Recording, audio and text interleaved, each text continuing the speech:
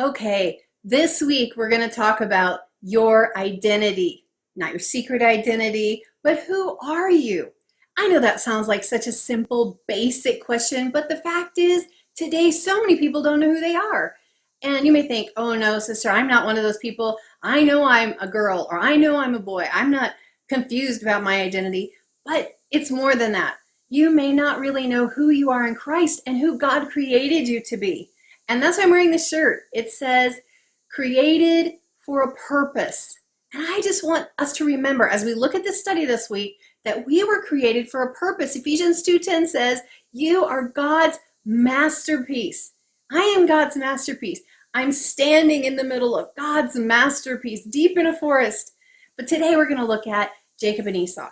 And it's a very famous story. We all know from Genesis 25 and throughout Genesis about two brothers, right? And they may not have seemed like they had a difficulty with knowing their identity, but the one brother, Esau, he was a hunter, and Jacob, he was a cooker.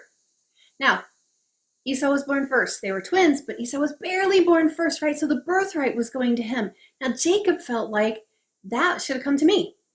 And the mother encouraged him to deceive the father, trick the brother, steal from the brother, something that wasn't his.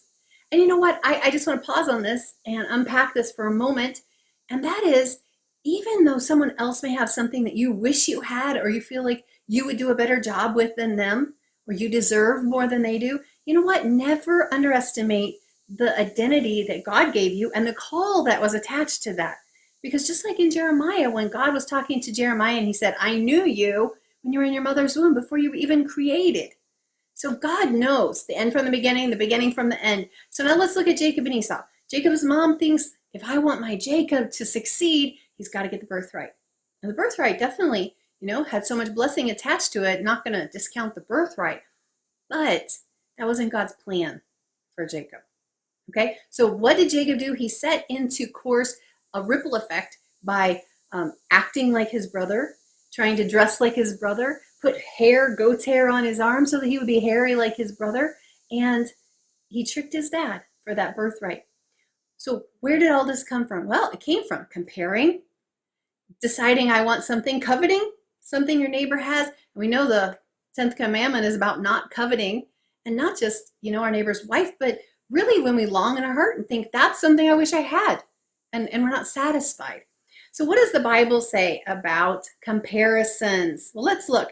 In 2 Corinthians 10:12, it says, those who measure themselves by themselves or compare themselves with themselves are not wise.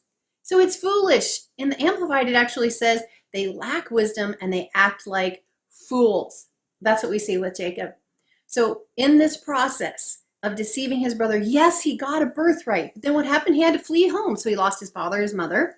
He broke the relationship with his brother. He goes into hiding. He lives with Uncle Laban, falls in love with his daughter, Rachel. And now guess what happens? The very seed that he sowed and put into action, it comes back around. He wants to marry Rachel, and Laban says, work 7 years. And guess what? Laban deceives Jacob. He gets Leah, the ugly older sister. Sometimes we feel like I was believing God for Rachel and I got the ugly older sister. You know what I'm going to say? Did you put a seed into the ground that has now come back around because you were deceptive, because you tried to be somebody who you are not?